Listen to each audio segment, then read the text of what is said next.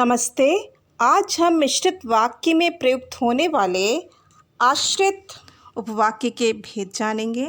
बच्चों, मिश्र वाक्य में प्रयुक्त होने वाले आश्रित उपवाक्य 3 प्रकार के होते हैं। संज्ञा आश्रित उपवाक्य, विशेषण आश्रित उपवाक्य और क्रिया विशेषण आश्रित उपवाक्य। सबसे पहले जानेंगे संज्ञा आश्रित उपवाक्य के बारे में। बच्चों, जो उपवाक्य प्रधान उपवाक्य की किसी संज्ञा या संज्ञा पदबंधों के स्थान पर प्रयुक्त हुआ हो उसे संज्ञा उपवाक्य कहते हैं। अब संज्ञा पदबंध क्या है? संज्ञा पदबंध संज्ञा का कार्य करने वाले पदों की इकाई को बच्चों संज्ञा पदबंध कहते हैं। जैसे न्यायाधीश ने कहा कि फैसला 2 दिन बाद सुनाया जाएगा। बच्चों, यहाँ पर न्यायाधीश ने कहा प्रधान वाक्य है कि फैसला 2 दिन बाद सुनाया जाएगा। यह आश्रित उपवाक्य है, संज्ञा आश्रित उपवाक्य। अब हम इसकी पहचान कैसे करेंगे कि संज्ञा आश्रित उपवाक्य है?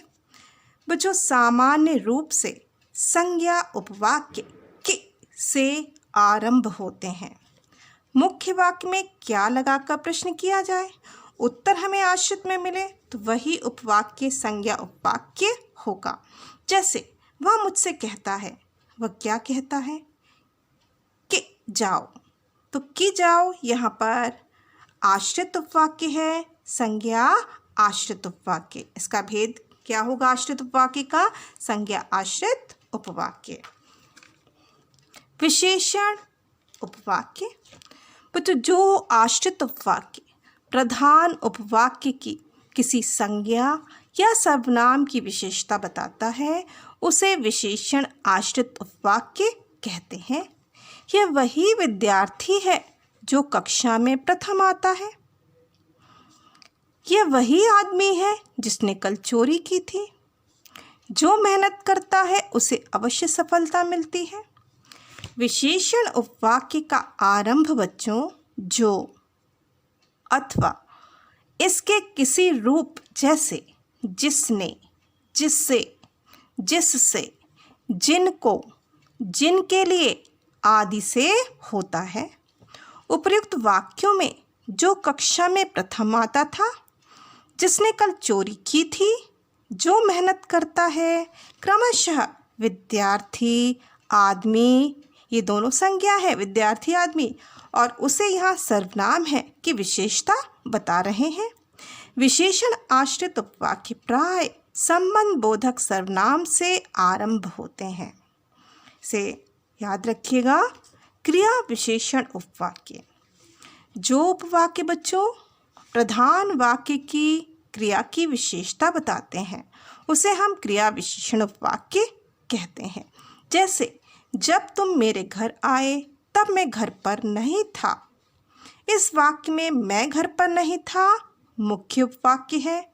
जब तुम मेरे घर आए क्रिया विशेषण आश्रित उपवाक्य है। बच्चों, क्रिया विशेषण उपवाक्य कितने प्रकार के होते हैं वह भी जान लेते हैं। क्रिया विशेषण उपवाक्य बच्चों 5 प्रकार के होते हैं।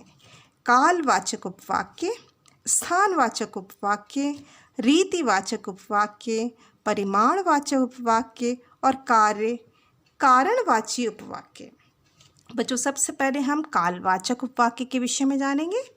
इन उपवाक्यों में काल अथवा समय का बोध होता है। ये उपवाक्य जब कभी, ज्यों ही, जब जब आदि से आरंभ होता है। ज्यों ही मैं बाहर निकला त्यों ही बरसात शुरू हो गई। स्थानवाचक उपवाक्य। इन उपवाक्यों में स्थान का बोध होता है।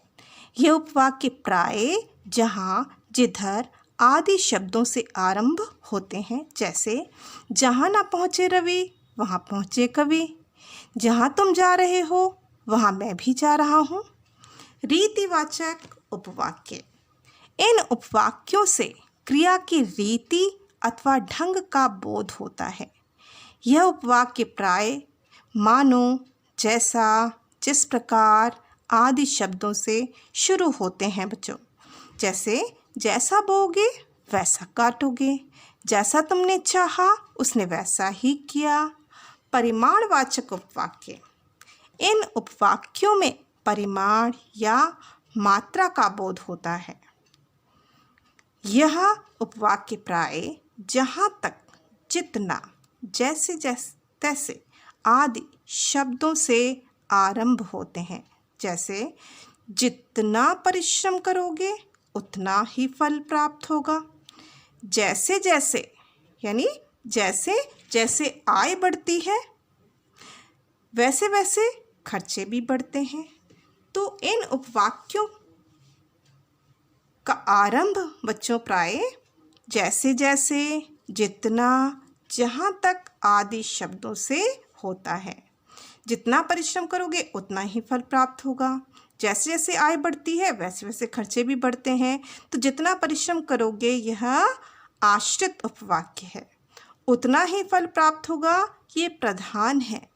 जैसे जैसे आय बढ़ती है ये आश्रित उपवाक्य है। वैसे वैसे खर्चे भी बढ़ते हैं ये प्रधान है। तो अब हम 5वां भेद जानेंगे। भेद के विषय पढ़ेंगे। कार्य कारणवाची उपवाक्य। इन उपवाक्यों में कार्य के कारण का बोध होता है।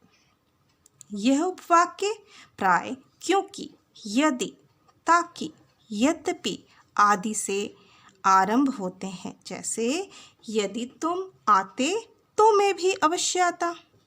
यदि वह थोड़ी मेहनत और करता तो प्रथम आ जाता।